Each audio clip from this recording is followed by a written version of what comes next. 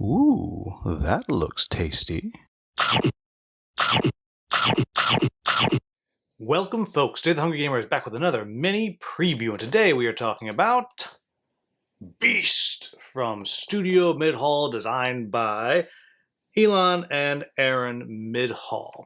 Now, this is a game that recently funded on Kickstarter a couple of months ago, and the late pledge is either recently opened or will be opening soon and should be open for a while. And this is a game that was sent to me at the end of the campaign. They reached out to me with, I don't know, maybe a week left and said, can you put something together? And my answer was unequivocally, nope, no chance. But I did say I could, if they wanted to send it out, play it a few times, take it with me to PAX, try it there with some other people, and do something for late pledges. And so that is what this is. Now, I'm not going to go through the rules overview simply because there are several videos out there that already do that. In fact, the publisher themselves has a pretty darn good how to play video as well. So you can check all of that out. But what the game is it is a hidden movement game and a one versus many style game, as you probably are able to guess. And in this game, one player is going to take on the role of the Beast, and there are several different beasts that you can play, all of them having different abilities and a different set of starting cards. Along with that, you'll pick different scenarios, which will change up the win conditions that you're trying to go for. Then the other players are all playing asymmetric hunters. Now, the hunters are decently similar, except they all have their own 3 unique cards that'll be in your hand for each round. And in general, the beast is going to try to be killing X number of villagers or X number of animals or whatever it may be, and the hunters are trying to either kill the beast or keep the beast from winning until the end of the 4th round, the final night. So what's going to be happening is the beast is going to be, for the most part, moving around the board, but they don't actually move their standee around. They'll be placing cards out on the side of the board, which are going to be flipped over so the beast knows where they have moved to. And the players will be moving their standees around and searching and trying to figure out where the heck the beast is. When they think they know where the beast is, they can play their search and attack card and do some damage to the beast. And at the beginning of each day, what's going to happen is there's going to be a rotating draft of cards where all the players are going to have a hand of cards. They're going to pick one, pass the others to the left. And so it's going to go round and round. And before each round, you're going to be filling out your hand of cards, and then on your turn you're going to get to play up to 2 of them, a red action and a blue action. And then if you have fewer cards than everybody else, you can also choose to pass. There's some things where you can discard a card, a single card, and just kind of move, but you can't do anything else. But for the most part, you're building your deck each round again with your cards that are unique to you, always in your hand. And then each scenario is going to have different targets that you have that you're trying to get to each day. If you do that, you'll be earning grudges, and grudges are going to be how you're able to kind of power yourself up. And you're not doing too much powering up as a hunter. There's a few things you can get. Mostly the beast is going to be unlocking a whole bunch of different abilities that they have. At the same time, there's a market of items that the hunters can pick up and beastly talents that the beast can pick up. But for the most part, you're just be moving around. The beast is trying to eat things or kill things before the hunters can find and kill it, or before the time runs out. Really, that's kind of the core of how this game works. So what do I like about this game? The first thing is I really do like that it's pretty quick once you know what you're doing.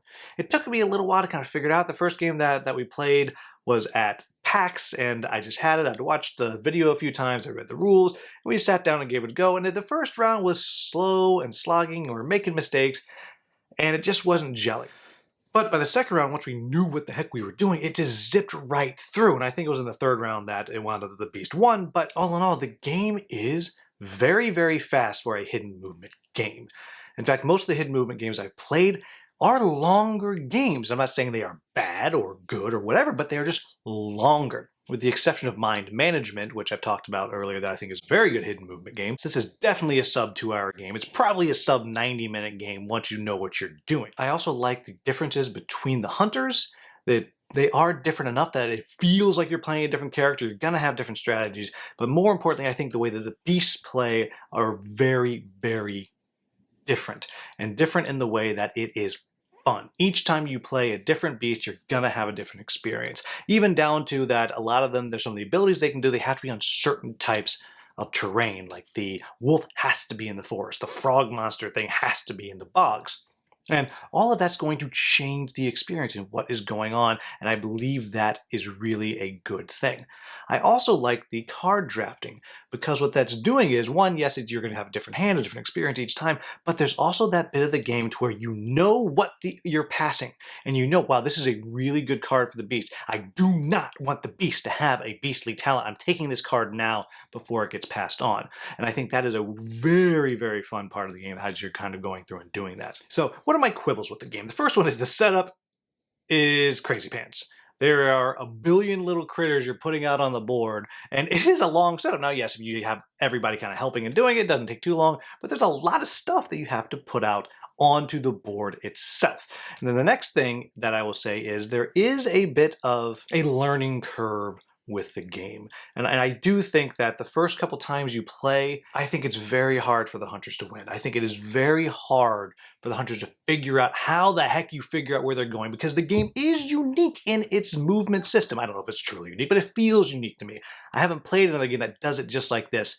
And the way you're trying to figure out how can you make the beast reveal itself, or how can you set up a trap to hit the beast, it's not easy and it's not intuitive. It's fun, but it's not either of those things. So there is a bit of a learning curve, and I do expect in most groups the beast is going to win the first several times that you play.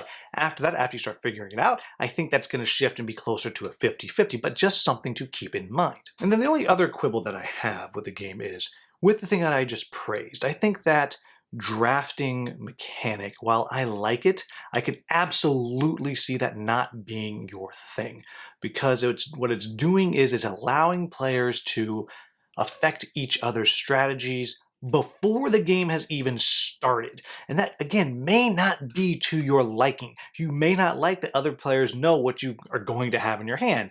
While you don't exactly know, you do have a pretty good idea what people are taking, and so then you can kind of start to know what it is that they could possibly do. And again, that might not be to your liking. I enjoy that, but I know a lot of people who really don't like card drafting, and the card drafting is exceedingly important in this game. There you have it, folks. That is Beast. I think if you like hidden movement games, then you absolutely 100% must check this game out. I think it's going to be something that you will enjoy. Is this a game, however, that's going to make someone who does not like hidden movement games suddenly like hidden movement games? No, it's not. I think it has that same core of the hidden movement that either you like this or you don't. And I don't think this is a game that's going to change someone's mind who's like, I don't like that kind of game, and now I do. So like I said, if you are into hidden movement games, check out the description, get a link to where you can late pledge for this and really check it out. There are, I believe, some playthroughs out there you can see. I think as far as hidden movement games goes, this is a very good one, and one that certainly needs to be checked out if that is your jam. So, as always, if you found this video useful, please like, subscribe, and share. Thank you so much for watching. Have a wonderful, wonderful day.